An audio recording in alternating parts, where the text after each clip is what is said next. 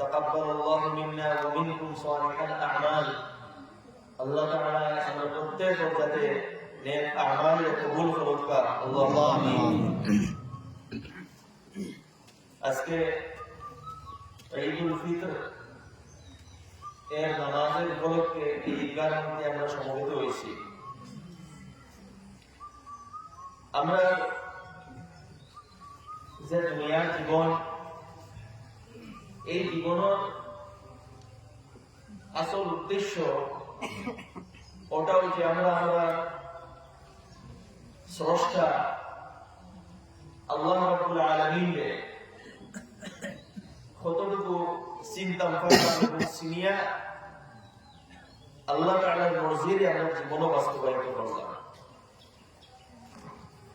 আল্লাহ তাআলার মারিফত, আল্লাহ তাআলার পরিচিতি, আল্লাহ তাআলার সিনা এবং আল্লাহ তাআলার নির্দেশকে জীবন বাস্তবায়িত করা আমার জীবনের উদ্দেশ্য।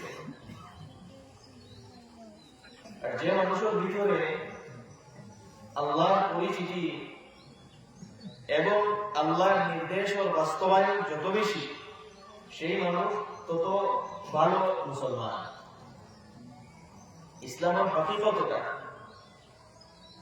যে আমরা প্রত্যেকে নিজের আল্লাহ তাআলার সামনে নত করে দিতাম এবং আল্লাহ তাআলার গোলামের মধ্যে জীবনকে অতিবাহিত করতাম, ওটা হইল ইসলামের হাকিকত। যে কথা আমরা প্রত্যেক নামাজের মধ্যে, প্রত্যেক রাকাতের মধ্যে অঙ্গীকারবদ্ধ হই, আমরা প্রত্যেক নামাজও আল্লাহ তাআলার কাছে অঙ্গীকারবদ্ধ হই, এই কথা ডিক্লারেশন দেই, ইয়াকা না'বুদু, একমাত্র আপনার আমরা বন্দেগী করি, একমাত্র আপনার দাসত্ব করি, আর কারোর সামনে মাথা নত করি না, আর কারোর আমরা ইবাদত করি না, একমাত্র আপনার গোলামি করি। এই আয়াতের মধ্যে আমরা মানুষ এবং আল্লাহর সম্পর্ক কোথা, মানুষ এবং আল্লাহর সম্পর্ক কোথা আল্লাহ তাআলা এই কথা বুঝাইছে যে মানুষ গোলাম এবং আল্লাহ স্রষ্টা, তাই মালিক। আর গোলামের নিজের মর্জি থাকে না, গোলাম হইল সে যে তার মালিকের মর্জিতে জীবন অতিবাহিত করে। আমরা জীবনের হাকিকতটা যে আমরা জীবনের প্রতিটা মুহূর্তে, আমরা জীবনের প্রত্যেকটা কাজের মধ্যে, আমরা চলাফেরার মধ্যে, আমরা চিন্তাধারার মধ্যে, আমরা জীবনের প্রত্যেকটা অ্যাক্টিভিটির মধ্যে এই কথা রিফ্লেক্ট হইত, এই কথা প্রকাশিত হইত যে আমরা মালিক আল্লাহ এবং আমরা আল্লাহর গোলাম। যার অসংখ্য উদাহরণ আছে। এর একটা উদাহরণ হলো আজকে ঈদুল ফিতরের দিন। দেখুন, ঈদুল ফিতর আল্লাহ তাআলা এক খুশির মৌকা আমাদের দিয়েছে যে আমরা এই মৌকার মধ্যে খুশ হইতাম এবং আমরা কিছু হাসি খুশি করতাম। কারণ আল্লাহ তাআলা মানুষকে সৃষ্টি করছেন, মানুষের মিজাজ বানাইছেন, মানুষের নেচার বানাইছেন, মানুষের নেচারও আল্লাহ তাআলা এই কথা রাখছেন যে মানুষে তার জীবনের কিছু সময় হাসি খুশি করতে লাগবো, কিছু জিনিস মানুষে সেলিব্রেট করতে লাগবো, এই কথা মানুষের নেচারও আল্লাহ তাআলা রাখছেন। আর ওই হিসাবে বিশেষ করে বছর দুইটা ঈদ আল্লাহ তাআলা আমরা নিয়ামত হিসাবে দিয়েছেন, একটা হলো ঈদুল ফিতর আর একটা হলো ঈদুল আযহা। আজকে ঈদুল ফিতরের দিন, যেখানে আমরা একটা ফেস্টিভ্যাল, একটা উৎসব হিসাবে জড়িয়ে যাই। কিন্তু একবার চিন্তা করুন যে এই যে উৎসব ঈদুল ফিতর আমরা কিভাবে পালন করি। আপনি যদি বিভিন্ন জাতি, জনগোষ্ঠী, বিভিন্ন আদিয়ান, বিভিন্ন মাযহাবের উৎসবগুলো দেখো, আপনি দেখবা যে ম্যাক্সিমাম উৎসবগুলোর মধ্যে নির্লজ্জতা, বেহায়াই, গান বাজনা, মদ, জিনা, এই সমস্ত জিনিস চলে। কারণ কিটা? কি না, সেইগুলো ভুল এবং ভ্রান্ত মতবাদের উপরে ভিত্তি করিয়া, মন গড়া মতবাদের উপরে ভিত্তি করিয়া, যার কারণে সেইগুলোর মধ্যে আপনাদের দেখবো মদ, ডান্স, গান, জিনা,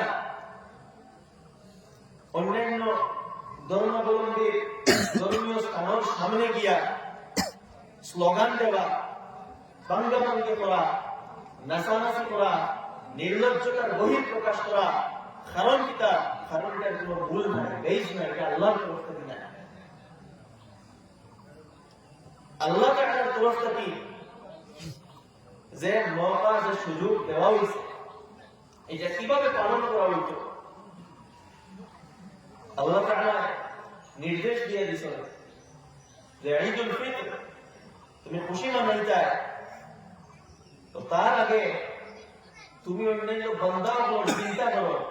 তুমি যদি সামর্থ্যবান হইয়া থাকো, তাহলে তোমার পয়সা থাকি যে সমস্ত মানুষ অসহায়, দুর্বল, আর্থিক দিক দিয়ে একটু দুর্বল, তারা তোমার নামের একটা অংশ দিয়া তারা এই খুশির মৌকা ওখান পালন করার সুযোগ করিয়া দেয়। সাদকাতুল ফিতর, যাকাতুল ফিতর ওয়াজিব করা হয়েছে। অর্থাৎ আপনি খুশি করতেন, এই হকিকত আপনার ভিতরে থাকতো যে আমি আমার আল্লাহর বান্দা এবং আল্লাহর দেওয়া রেসপন্সিবিলিটি আমি আদায় করতাম। এর মধ্যে একটা রেসপন্সিবিলিটি হইল যে পুরো উম্মতের চিন্তা আমার মাথাতে হইতো, আমি আমার লাইফে একলা, আমার পার্সোনাল লাইফ, আমার ব্যক্তিগত জীবন মনে করতাম না, আমার জীবন পুরা সোসাইটির লগে সম্পর্কিত, সমাজের লগে সম্পর্কিত, আল্লাহর বান্দাগুলোর লগে সম্পর্কিত। যেভাবে আমি খুশি করতাম, আমার দায়িত্ব হইল আল্লাহর বান্দাগুলোরেও আমি খুশি পালন করার সুযোগ করিয়া দিতাম। আর্থিক দিক দিয়ে দুর্বল হইলে তার কাছে আমি অর্থ পৌঁছিয়ে দিতাম, যেটা আল্লাহ তাআলা আমাদের উপর ওয়াজিব করেছে, প্রথম দায়িত্ব। এরপরে আল্লাহ তাআলা যেটা আমাদের নির্দেশ দিয়েছেন, ওয়ালিতুকাব্বিরুল্লাহ আলা মা হাদাকুম, আল্লাহ তাআলার বড়ত্ব বর্ণনা করতে। আমি আগেও বুঝলাম জীবনের হকিকত ওখানে আসলেও কথা বুঝিলাইতা যে আমার মালিক আল্লাহ, আমরা আল্লাহর গোলাম। এই খুশির মৌকার মধ্যে আপনি আল্লাহর বড়ত্ব বর্ণনা করতে তাকবীর আমরা শিখাইয়া দেওয়া হয়েছে, আল্লাহু আকবার, আল্লাহু আকবার। মানে কিটা, আল্লাহ সবচেয়ে মহান, আল্লাহ সবচেয়ে বড়। এই হকিকত খালি মুখে কইতাম না, দিল বই যাইত। আমরা সমস্যা এমন হয়েছে যে এই হকিকত গুলো আমরা দিল বয় না, আমরা মুসলমান নামে দিল দিয়ে মুসলমান না। ওয়ালাম্মা ইয়াদখুলুল ঈমানু ফী কুলুবিকুম, এখনো সেই ঈমানের হকিকত দিল পৌঁছেছে না, অন্তরের সেই অবস্থা এখনো বলছে না। আমরা মুখে আল্লাহু আকবার বই, কিন্তু এর হকিকত আমরা দিল পৌঁছেছে না। আমরা শিখাইয়া দেব আল্লাহর বড়ত্ব বর্ণনা করো। আল্লাহর বড়ত্ব বর্ণনা করা মানে কিতা?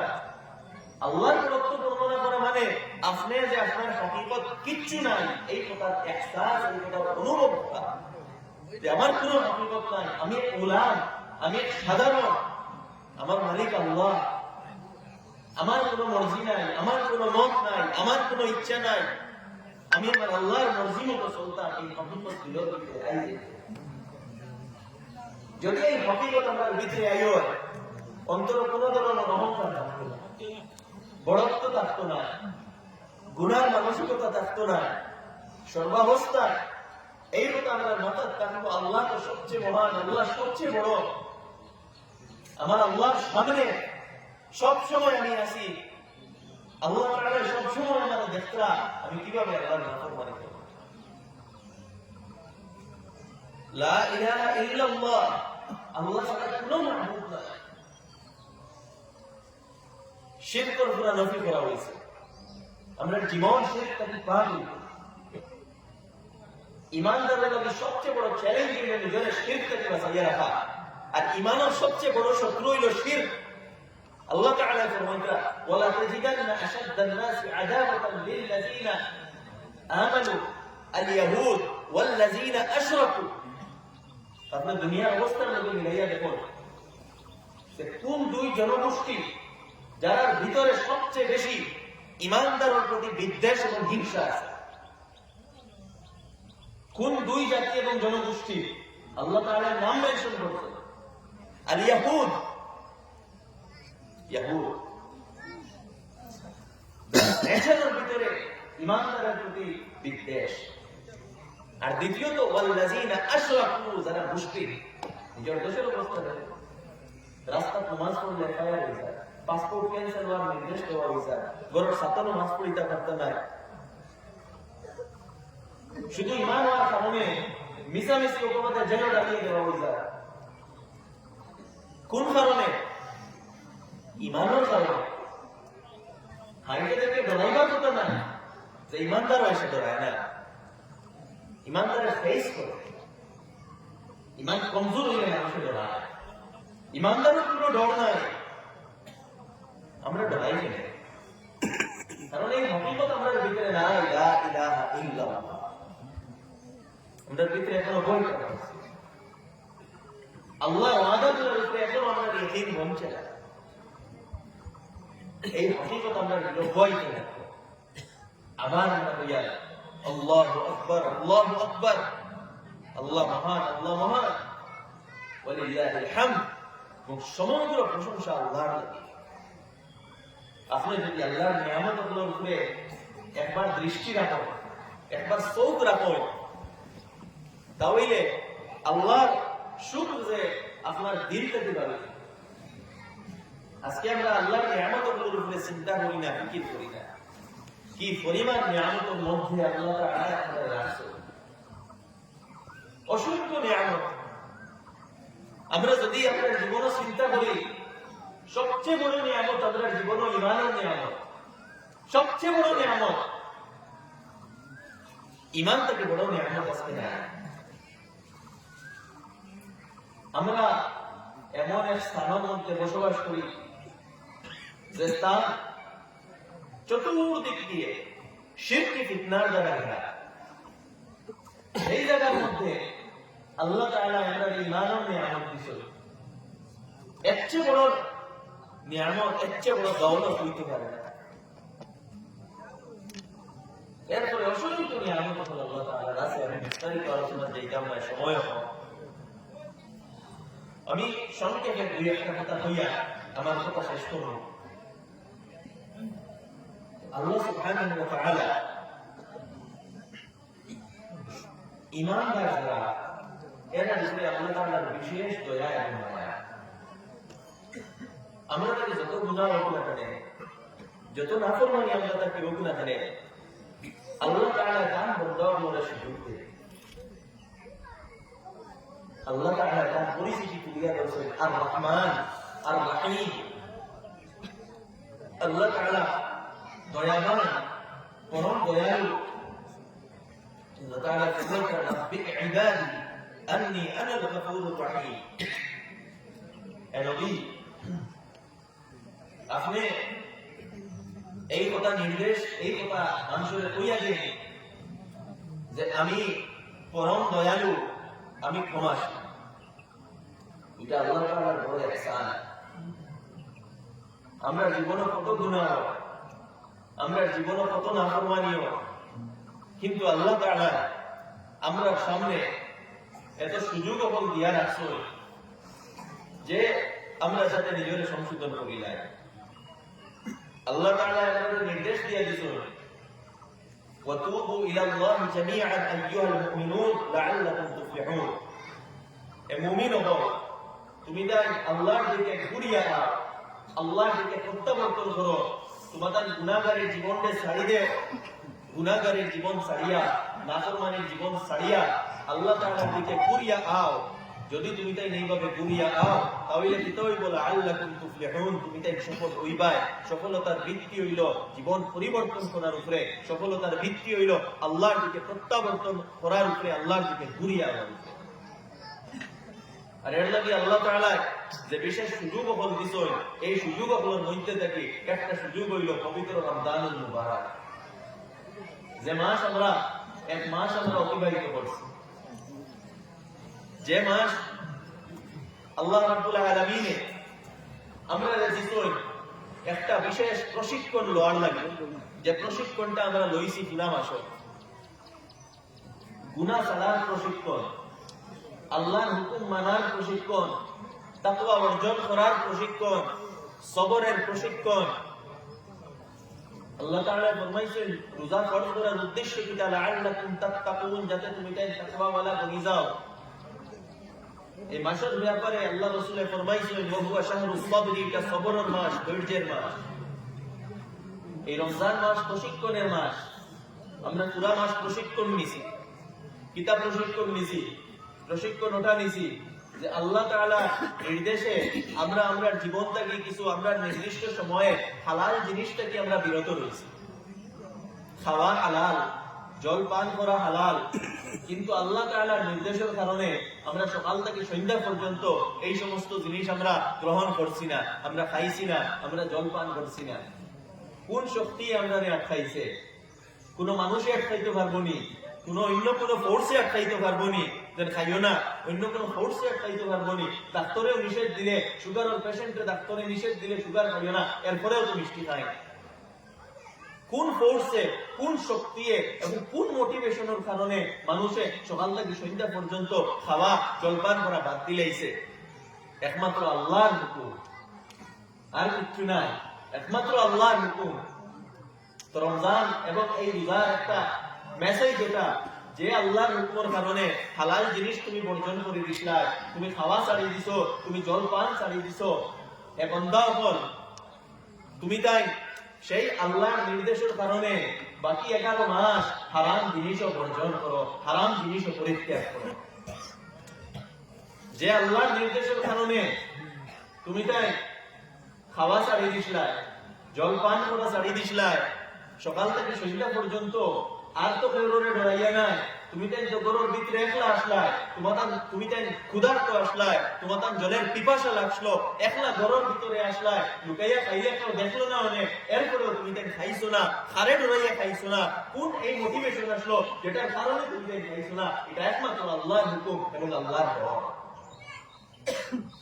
এই মেসেজ যেটা নিজের বাকি 11 মাসের জীবনে বাস্তবায়িত করো এবং সেই আল্লাহর নির্দেশকে ডরাইয়া বাকি 11 মাস ভিসা মাতাতে দিবাসো, বাকি 11 মাস চুরি করাতে দিবাসো, বাকি 11 মাস সুদ খাওয়াতে দিবাসো, বাকি 11 মাস ধোঁকা দেওয়াতে দিবাসো, অন্যরে কষ্ট দেওয়াতে দিবাসো, অন্যর লগে হিংসা করাতে দিবাসো, অহংকার করাতে দিবাসো, জিনা করাতে দিবাসো, মদ পান করাতে দিবাসো, অন্যরে গালাগালি করাতে দিবাসো, আত্মীয়তার সম্পর্ক ছিন্ন করাতে দিবাসো, সব ধরনের গুনাহতে দিবাসো। যেভাবে আল্লাহর নির্দেশের কারণে তুমি হালাল জিনিস ছাড়িছো, সেই আল্লাহর নির্দেশের কারণে বাকি 11 মাস হারাম জিনিসও তুমি বর্জন করো। ওটা হইল রোজার মেসেজ, ওটা হইল রমজানের মেসেজ। ওহুয়া শাহরুস সাবরি, সবরের মাস, ধৈর্য। রমজানে আমরা ধৈর্যের শিক্ষা দেয়। ধৈর্য সবচেয়ে উত্তম গুণ। আপনার যত উত্তম চরিত্র, উত্তম আখলাক, তার বেশি হইল গিয়া সবর, ধৈর্য। যার ভিতরে ধৈর্য আছে সে প্রকৃত মুমিন হইব, যার ভিতরে ধৈর্য আছে সে চরিত্রবান হইব, যার ভিতরে ধৈর্য আছে সে ভালো মানুষ হইব। ওটারে নিজের বাকি 11 মাসের জীবন বাস্তবায়িত করতাম। রমজান দ্বারা আমরা ধৈর্যের শিক্ষা পাই। কিভাবে ধৈর্যের শিক্ষা পাই? সবরের বিভিন্ন অর্থ আছে, আমি আলোচনা যেটা মানে সময় কম। সবরের বিভিন্ন অর্থ, গুনাহ কাজ এবং গুনাহ কাজ করার সুযোগ সামনে আছে, এরপরেও নিজরে আটকাইয়া রাখছেন, এটা সবর। বিভিন্ন মুসিবত সামনে আইছে, এরপরেও নিজরে দিনের উপরে আপনি টিকাইয়া রাখছেন, আপনি বাতিলের লগে হাত মিলাইছেন না, আপনি কুফর শিরকের সামনে নত হইছেন না, আপনি মজবুতির সাথে নিজের অবস্থান সিনা ফুলাইয়া নিজের অবস্থানের উপরে খাড়া আছেন, এটাও সবর। এই মানসিকতা নিজের জীবনের ভিতরে আইত। আমরা জীবনে বিভিন্ন গুনার সুযোগ আয়, যেভাবে রমজান মাসে সুযোগ আসলো, রমজান মাসে যেভাবে আপনি ক্ষুধার্ত, আপনি তৃষ্ণার্ত, আপনি ঘরের ভিতরে একলা, জলের বোতল সামনে, ফ্রুটসের প্লেট সামনে, একলা আপনি খাইলে কেউ দেখতো নাই, এরপরেও আপনি খাইতে না।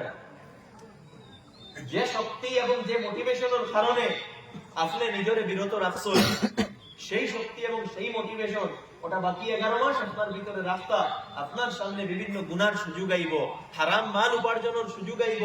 আপনি দেখবা অত লগে লগে পয়সাওয়ালা বনি যাইয়া অপশন ট্রেডিং ও পয়সা লাগাই দেই, ওটা স্কিমর পয়সা মারিয়া খাইলাই, অত অমুকর পয়সা অমুকর জমিন আমার তলে টান মারি ইয়াই, কেউ কিচ্ছু করতে পারতো না, আমার কাছে পাওয়ার আছে, হারাম উপার্জনের সুযোগ আছে, ব্যবসা তাড়াতাড়ি ধনী বনি যাইমু, পালা বিল্ডিং বানাই লাইমু, পালা জায়গা লই লাইমু, পালা বাড়ি লই লাইমু। এইভাবে একটা লোভ এবং এই ধরনের একটা আপনার ভিতরে লালস আইব, এরপরেও আপনি নিজরে বাঁচাইয়া রাখতা, নিজরে আটকাইয়া রাখতা হইল সবর। এই মানসিকতা আপনার ভিতরে রইত, কোটি টাকা হারাম আপনার সামনে ফেলাই থাকলেও আপনি যদি অভাবের মধ্যে থাকেন, এরপরেও সেই কোটি টাকা হারাম দ্বার আপনি লইতে না, নিজের দূরে সরাইয়া রাখতা, ওটা হইল সবর। এই মানসিকতা আইতো তখন আপনি প্রকৃত মুসলমান হইবা। মুসলমান সেই ব্যক্তি নয় যে হারাম মাল দেখিয়েও সালমারি পড়ি যায়।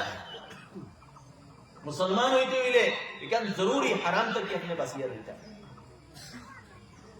কোন আত্মীয় কোন পরিবারের কারোর লগে সামান্যতম মাথা কাটাকাটি হয়ে গেছে, এই সময় আপনি জুলুম করতে না, জুলুম করতে না, সর্বাবস্থায় আপনার জীবনে ইনসাফ রইতো। আমি আয়াত তিলাওয়াত করছিলাম, আল্লাহ তাআলা ফরমাইতরা ইন্নাল্লাহা ইয়া'মুরু বিল আদল, আল্লাহ তাআলা আদল অর্থাৎ ইনসাফের হুকুম করছেন। ইনসাফ করা প্রত্যেক মুসলমানের উপরে ফরজ, প্রতিটা ক্ষেত্রে ইনসাফ হইতো। লম্বা আলোচনা আমি চাইতাম না, বিশেষ করে আমাদের পারিবারিক জীবন, আমরা সামাজিক জীবনও ইনসাফ হইতো।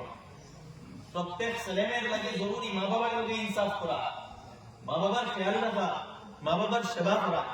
প্রত্যেক স্বামীর দায়িত্ব নিজের স্ত্রীর প্রতি ইনসাফ করা, প্রত্যেক স্ত্রীর দায়িত্ব নিজের স্বামীর প্রতি ইনসাফ করা, প্রত্যেক মা বাবার দায়িত্ব নিজের সন্তানের প্রতি ইনসাফ করা, ভাইয়ের দায়িত্ব বোনের প্রতি ইনসাফ করা, বোনের দায়িত্ব ভাইয়ের প্রতি ইনসাফ করা, প্রত্যেক আত্মীয় স্বজন একে অন্যের প্রতি এবং এক মুসলমান আর মুসলমানের প্রতি দায়িত্ব হইল, ফরজ হইল ইনসাফ করা।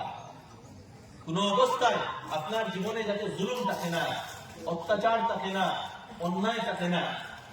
যে মানুষের ভিতরে অন্যায়, যে মানুষের ভিতরে অত্যাচার, সে প্রকৃত মুসলমান হইতে পারত না।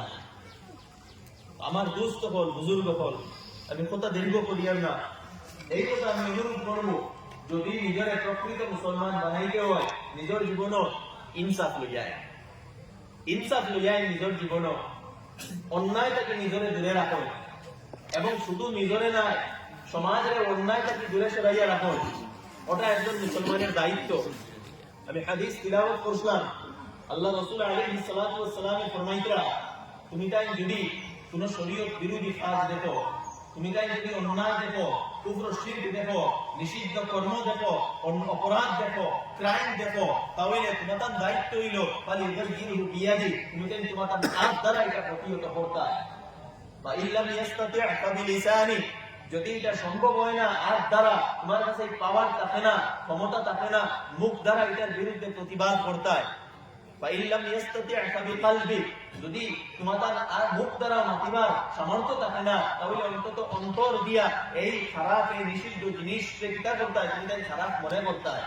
আর এটা দেখবা হইছে ওয়াজালিকা আদআফুল ঈমান, এটা ঈমানের নিম্নতম স্তর, কমজোর স্তর, দুর্বলতম স্তর।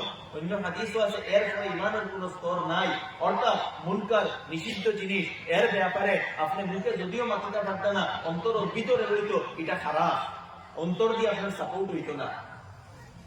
আজকে আমরা যে যুগে বসবাস করিয়া, বিশেষ করে কুফর শিরকের দবদবা এবং চতুর্দিক থেকে মুসলমানদের উপরে, এই উম্মতের উপরে বিভিন্ন হালাত, বিভিন্ন মুসিবত হল। আর এর প্রতি আমরা দায়িত্ব হইল, আমরা যদি সম্ভব হয় হাত দিয়া এটার বিরুদ্ধে আমরা ইয়ে করা, এটার বিরুদ্ধে খাড়াওয়া। যদি হাত দিয়া সম্ভব না হয়, মুখ দিয়া এটার বিরুদ্ধে মাথা ডরাইয়া পিছিয়ে দিয়ে না সরা। হ্যাঁ, এর মধ্যে যে তার ডিউ প্রসেস, যার প্রকৃত যে তার প্রসেস, যেটা ওটারে মেনটেন করা, জুসো আইয়া কোনো কাজ না করা, বুঝি শুনিয়া বুদ্ধির সাথে এবং পূর্ণভাবে পরিকল্পনার সাথে কোনো কাজ করা, স্ট্র্যাটেজি বানাইয়া লং রান চিন্তাধারা রাখিয়া কাজ করা, এটা আমার দায়িত্ব। আজ কেউ জায়গাতে আমরা মারি খাই, আমরা কাছে লং রান স্ট্র্যাটেজি নাই, যার কারণে আমরা মধ্যে কোনো পর্যাপ্ত এবং প্রকৃত লিডারশিপ নাই। জানিয়ে রাখুন, সিয়াসি গলতি যেটা, পলিটিক্যাল ভুল যেটা, এটা আল্লাহ তাআলা যত আপনি দোয়া করুকা, যত তাহাজ্জুদ আপনি করুকা, পলিটিক্যাল ভুলের শাস্তি আপনি পাইতে লাগবে। অসংখ্য উদাহরণ আছে। উহুদের ময়দানের মধ্যে আল্লাহ রাসূল আলাইহিস সালাতু ওয়াস সালাম নির্দেশ দিয়েছিল 40 জনে ইনটাকে কিন্তু সরিও না, কিন্তু সরি গেছলা। এই সরার কারণে তার ফলাফল কিটা দাঁড়াইছে, আপনার রণক্ষেত্র যেটা বিজয়ে পরিণত হইতে আসলো ওটা পরাজয়ে পরিণত হয়ে গেছে। আল্লাহ রাসূল আলাইহিস সালাতু ওয়াস সালাম জখমি হয়ে গেছে। আল্লাহ তাআলা চাইলে কিটা তার হাবিবরে বাঁচাইতে পারতেন না। আল্লাহ তাআলা চাইলে তার হাবিব সাল্লাল্লাহু আলাইহি ওয়াসাল্লামের দাঁত মুবারক ভাঙ্গিয়া পড়ছে হেফাজত করতে পারবেন না, কিন্তু না, আল্লাহর সুন্নাত ওয়ালান তাজিদা লিসুন্নাতিল্লাহি তাবদীলা। আল্লাহর সুন্নতের মধ্যে, আল্লাহর কানুনের মধ্যে কোনো পরিবর্তন নাই। আপনি পলিটিক্যাল গলতি করবা, পলিটিক্যাল ভুল করবা, আর তাহাজ্জুদ বাইতিয়া খান্দিবা, এই খান্দায় আপনার পলিটিক্যাল ভুলের যে ফলাফল যেগুলা, এগুলা প্রতিহত এবং দূর হইত নাই। আজকে আমরা সবচেয়ে বড় যে সমস্যা আমরা সম্মুখীন, আমরা মধ্যে লিডারশিপ নাই এবং লিডারশিপ আমরা গড়িয়ে তোলার চেষ্টা করি না। আজকে যে ওয়াকফ বিল যেটা পাস করার চেষ্টা চলে, আমরা প্রতিবাদ করিয়া এবং নিঃসন্দেহ আমরা প্রতিবাদ করা দায়িত্ব আজকে এই ঈদগার ময়দানটাকেও জানিয়েন না। আমি এক ছোট মানুষ, কিন্তু যতক্ষণ যায় আল্লাহরে হাজির নাজির রাখিয়া, আল্লাহরে সাক্ষী রাখিয়া সবর তরফ থেকে গণতান্ত্রিক ভাবে এই বিলের আমরা প্রতিবাদ করিয়া, আমরা কোন মুসলমান এই বিলের পক্ষে নাই, ওয়াকফ বিলের আমরা বিরুদ্ধে। আমরা সরকারের কাছে এই কথা দাবি রাখিয়া দেশের নাগরিক এবং জনগণ হিসাবে যে এই বিলটা হইল এই দেশের সংবিধান বিরোধী, মুসলমানের স্বার্থের বিরোধী। আমরা সব মুসলমান এই বিলের বিরুদ্ধে। এই ঈদগার ময়দানটাকে অন্তত আপনারা সবর সমর্থনে এই কথা সরকারের কাছে দাবি জানাইয়া আপনারা সবর এই কথা সমর্থন। আমরা সব বিরোধী কিনা? বিরোধী। আমরা ওয়াকফের মানিনি না। আমরা সবে আমরা প্রতিবাদ এখান থেকে আমরা করলাম, এই কথা ডিক্লেয়ার দিলাম, কিন্তু শুধু অতখান করলে আমরা হইতো না, এটা তো আমরা করতেও লাগবো। সেই সাথে লং রান প্ল্যানিং আমরা কাছে সেটাও দেখতে লাগবো। প্রকৃত অর্থে লং রান কোনো প্ল্যানিং আমরা কাছে নাই। এই কথা ইরাদা করিয়া যাই, পলিটিক্যালি আমরা স্টেবল হইতে লাগবো, আমরা স্বার্থ পলিটিক্স থেকে সরাইতে লাগবো। খালি আমার অনুপ্রে জিতাইতাম, অনুপ্রে জিতাইতাম, জাতির স্বার্থে কোন ধরনের লিডার আমরা নির্বাচিত করতে লাগে, সার্বিক ভাবে এই সেন্স, এই চেতনা আমরা ভিতরে আইতে লাগবো। 1 নম্বর আমরা দায়িত্ব। 2 নম্বর দায়িত্ব হইল আমরা যুব সমাজে প্রকৃত অর্থে শিক্ষিত বানাইয়া, একদিকে দিনদারি রইত, অন্যদিকে প্রকৃত অর্থে শিক্ষিত বানাইয়া এরারে বিভিন্ন ভাবে আগুয়াইতাম। আজকে আমাদের চিন্তাধারাটা লিমিটেড হয়ে গেছে। আমরা শুধু নিজের স্বার্থ চিন্তা করি। আমরা মনে করি একটা চাকরি পাইলাম, নিজের লাইফ অতিবাহিত করলাম। মুসলমানের দায়িত্ব এই কথা নাই শুধু চাকরি পাইয়া নিজের দায়িত্ব, নিজের লাইফ অতিবাহিত করতাম। বেশক চাকরি করই, কিন্তু আপনার যে প্রফেশনাল লাইফ, আপনার প্রফেশনাল লাইফ থেকে মানুষের এবং উম্মতে ফায়দা হইতো। আপনার যে প্রফেশন, আপনার যে স্কিল, এটার দ্বারা উম্মতে ফায়দা পাইতো। আপনার প্রফেশনালিজম, আপনার প্রফেশন, আপনার যোগ্যতা, আপনি চাকরি করুক, বেতন লোক, কিন্তু এটার দ্বারা উন্মতর ফায়দা হইত। ওটা হইল প্রত্যেক প্রফেশন এবং প্রফেশন যারা আমরা প্রফেশনাল সেটার দায়িত্ব। তো আমরা এই যুগ, আমরা যুব সমাজ বিশেষ করে প্রত্যেক প্রকৃত অর্থে দিনদার হইতে লাগবে, উলামার লগে সম্পর্ক স্থাপন করতে লাগবো, দিনের জ্ঞান অর্জন করতে লাগবো এবং আউলিয়া একরামর সান্নিধ্যে থাকতে লাগবো, নিজের ইসলাম এবং সংশোধন করতে লাগবো, দিনদার হইতে লাগবো, নামাজি হইতে লাগবো, তাকওয়াওয়ালা হইতে লাগবো, গুনাহ থেকে বাঁচিয়া রনেওয়ালা হইতে লাগবো, সময়ের অপচয়কারী হইতে না, সময়ের কাজে লাগাইতে লাগবো এবং অন্যদিকে জাগতিক শিক্ষায় শিক্ষিত হইয়া যোগ্যতা অর্জন করিয়া বিভিন্ন বড় বড় পোস্ট যেতে লাগবো এবং সেই জায়গা থেকে ন্যায় এবং দিনের এক দায়ী হিসাবে নিজের দিনের রিপ্রেজেন্টেশন করতে লাগবো। এটা একটা লম্বা প্রজেক্ট, 1 দিন 2 দিন পুরো ব্যাপার নয়। আমরা প্রত্যেক এই ব্যাপারে সচেতন হইতে লাগবো, একটা পলিটিক্যাল লিডারশিপ গড়িয়ে তুলতে লাগবো। আমরা যুব সমাজ যারা এরা প্রকৃত অর্থে দিনদার এবং শিক্ষিত হিসেবে গড়িয়ে তুলতে লাগবো। আর 3 নম্বর, সার্বিক ভাবে আমরা যত মুসলমান আছি সবর আমরা দিনের উপরে আইতে লাগবো, দিনকে ফলো করতে লাগবো, প্রকৃত অর্থে দিনদার হইতে লাগবো। এই দেখাবার এবং দেখানোর দিনদারি এটা দিয়ে চলতো না, মুখর দিনদারি দিয়ে চলতো নাই, দেখাইবার দিনদারি দিয়ে চলতো নাই। অন্তরের দিনদার বানাইতে লাগবো, অন্তরের ভিতরে দিনের হকিকত আনতে লাগবো, প্রকৃত অর্থে এই কথা অনুভব করতে লাগবো। আমরা যে তাকবীর দেই আল্লাহু আকবার, আল্লাহ বড়, এই কথার অনুভব ভিতরে আইতে লাগবো। আমি ছোট, এই কথার ফিলিং আইতে লাগবো এবং নিজের আখলাক এবং চরিত্র সেই হিসাবে বেরিয়ে তুলতে লাগবো। আজকে আমরা নামমাত্র মুসলমান, ইসলামী চরিত্র আমাদের ভিতরে নাই। আমরা ভিতরে হিংসা পড়ে গেছে, বিদ্বেষ পড়ে গেছে, অহংকার আই গেছে, বড়ত্ব আই গেছে, আমরা দিন থেকে ইখলাস দূর হয়ে গেছে, রিয়া দূর হয়ে গেছে, আমরা মুক্তি ওয়াজ তো বড় বড় করিলাই, কিন্তু সেইগুলোর আমল আমাদের ভিতরে থাকে না। আমরা প্রত্যেক বিশেষ করে আমি দিব ওলামা এখানে দেখিয়া একই কথা বলি, আমি শেষ করে দিব। প্রত্যেক ওলামা যারা যুব ওলামা, আমার বয়সী, আমার ছোট, আমি সকলে অনুরোধ করিয়া এই ইখলাস নিজের ভিতরে আনতে লাগবো। আমরা খালি ওয়াজ করলে হইতো না। আতামুরুনা আন-নাস বিল বিররি ওয়া তানসাউনা আনফুসাকুম ওয়া আনতুম তাতলুনাল কিতাব। মানুষের খালি ওয়াজ করো আর নিজরে পাউরি নাও, এইরকম হইতো না। প্রত্যেক আলিমের দায়িত্ব হইল নিজের ভিতরে দিনকে ফুটাইয়া তোলা, যে কোরআন আমরা পড়ি ওটা নিজের জীবনে বাস্তবায়িত করা, যে হাদিস আমরা পড়ি এইগুলো আমরা জীবনের মধ্যে আনা। আমরা এরকম হইতো না আমরা আল্লাহ রাসূল আলাইহিস সালাতু ওয়াস সালামের কথা একদিকে আমরা পড়ি না। আল্লাহ রাসূল আলাইহিস সালাতু ওয়াস সালামের নম্রতার নির্দেশ দিয়েছেন, সত্যবাদিতার নির্দেশ দিয়েছেন, হিংসা থেকে আটকাইছেন, বিদ্বেষ থেকে আটকাইছেন। আর আমার জীবনে যেগুলো থাকে না, এই নির্দেশ থাকে না, তাহলে প্রকৃত অর্থে আমরা আলিম হইতাম না। আলিম হওয়ার মতলব সার্টিফিকেট দেওয়া নয়। আলিম হওয়ার মতলব হইল আল্লাহ এবং আল্লাহ রাসূলের কথা নিজের মধ্যে বাস্তবায়িত করা, আল্লাহর মারিফত এবং পরিচিতি ওটা নিজের সিনার মধ্যে পুরোপুরিভাবে বুয়াইয়া। আমার দোস্ত কথা দীর্ঘ করিয়া না, ৮টার তো নামাজ শুরু হওয়ার কথা, আর ৭:৫৫ আমার বয়ান শেষ হইতো, ৬ মিনিট বেশ হয়ে গেছে। আমি প্রত্যেকের কাছে এই কথা অনুরোধ করবো যে এই কঠিন এবং চ্যালেঞ্জের যুগে নিজের প্রকৃত অর্থে মুসলমান বানাই, আল্লাহর কাছে দোয়া করই যে তাদবীর যেগুলা এখতিয়ার করতে লাগে আমরা উলামা এবং আকাবিরে যেগুলা কই সেইগুলোর উপরে আমল করই, পলিটিক্যালি নিজের এস্টাবলিশ করই, জাগতিক শিক্ষায় শিক্ষিত হই, নিজের আমাদের দিনই শিক্ষা দেই, বক্তব্য শিক্ষা দেই, কোরআনের শিক্ষা দেই, দিন শিখাই এবং প্রত্যেকে সার্বিকভাবে প্রকৃত অর্থে নিজেরে মুসলমান বানাই, ইনসাফ করই, অন্যায় সমাজ থেকে দূর করই, অপরাধ সমাজ থেকে দূর করই, হালাল তরিকায় জীবনকে অতিবাহিত করই, নিজের ভিতরে ইসলামী গুণাবলী, ইসলামী চরিত্র ওগুলা গড়িয়া তুলই। আল্লাহ সুবহানাহু ওয়া তাআলা ওয়াহনাতে বেশি আমল করার তৌফিক দান করুক। ওয়া আখিরু দাওয়ানা আলহামদুলিল্লাহি রাব্বিল আলামিন।